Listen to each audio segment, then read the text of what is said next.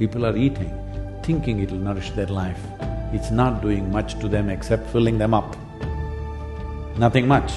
If the nutrients do not have necessary iron, vitamin A, C, D, B6, B12, folate, iron, all these things, you become far more susceptible.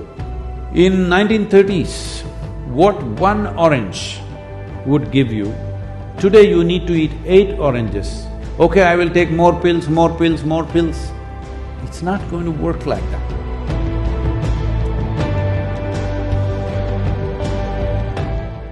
The reason why this pandemic is having the kind of toll that it's having upon us, there are medical issues, I'm not entering that. One fundamental thing is, the soil nutrients are so low. How low is it? The soil depletion, I'm only talking about United States. The soil depletion in United States has led to 21% drop in vitamin A in all the fruits, vegetables and everything else that you're eating. 30% drop in vitamin C, 37% drop in iron levels, 27% drop in calcium levels. The things that today you all think is very healthy to eat salads and stuff, the spinach, what is your favorite leaf? The lettuce and tomatoes and other things which you normally use in your salad. From the early 20th century, what level of nutrients they had and what they have today is only 10% left, 90% lower than what it was in early 20th century. So you're largely eating water sacks without much nutrient in it. If we had that level of nutrition, our ability to… not 100%, but our ability to counter this would have been different. We would be at a different level of immunity that it wouldn't be such a scare. So many people need not die. I'm saying over 6 million people have died in the world. United States alone is nearly 900,000 now. Just United States alone is nearing 900,000 number of deaths.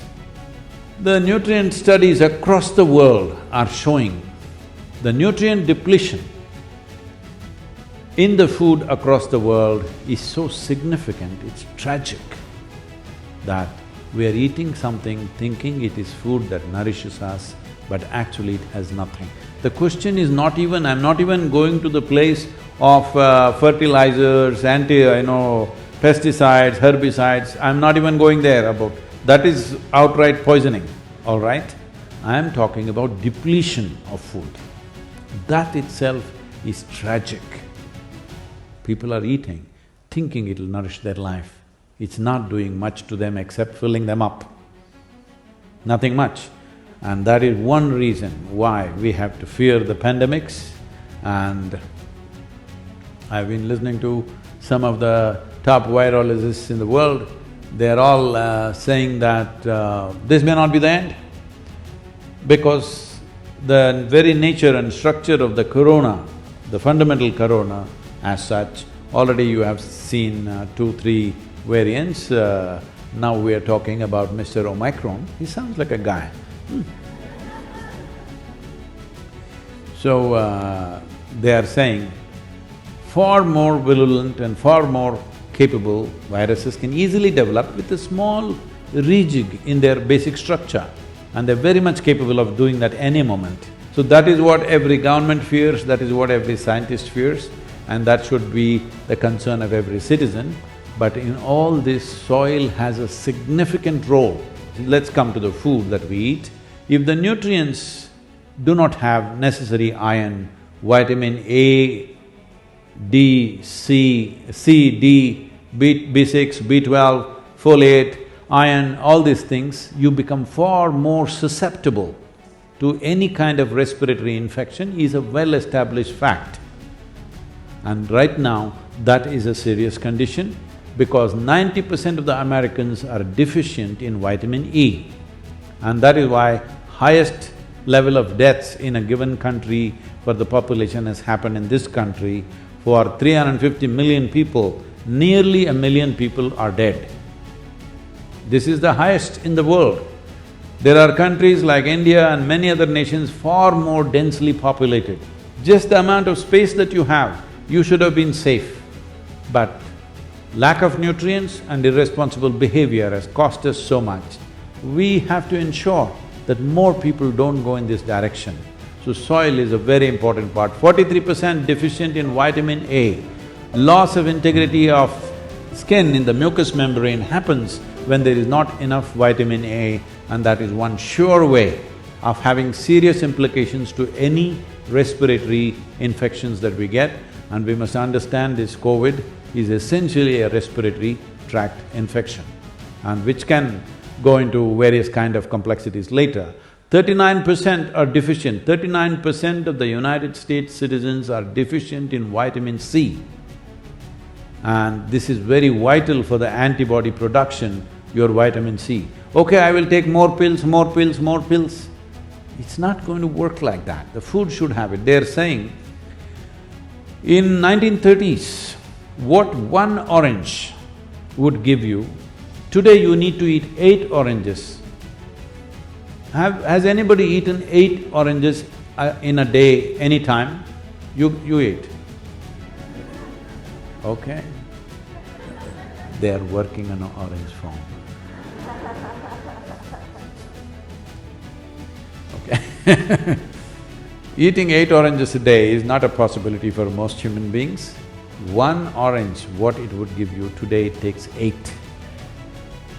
So, considering all this, soil is an unfolding disaster for everybody. I was talking to the WFP director who is from United States. He said, last year we spent $9 billion distributing food in Africa to starved populations. This year, our budget has to go up at least by $4 to $6 billion. Otherwise, we cannot fulfill this because the number of famines we're expecting in many parts of Africa is so high. And he said, people thinking that this will only happen to Africa or Asia is unfortunately not true. That he's saying by 2035, there could be severe famines in Chicago and Illinois region because the soil conditions have depleted so badly, it can easily happen.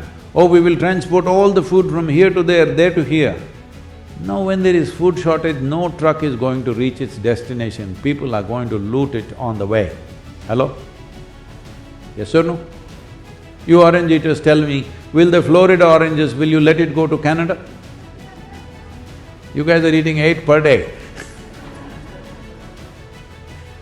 You will stop it on the way. I'm saying the disruption, they are saying by 2045 there could be major civil wars all across the world simply because of soil depletion, and they are saying the only way that if people don't respond, if they don't do the necessary things, the only way is to go seriously into genetic engineered crops, the GMO crops, other things that everybody's become fashionable to talk against, but that will become the only bridge which will see us across for 20-25 years.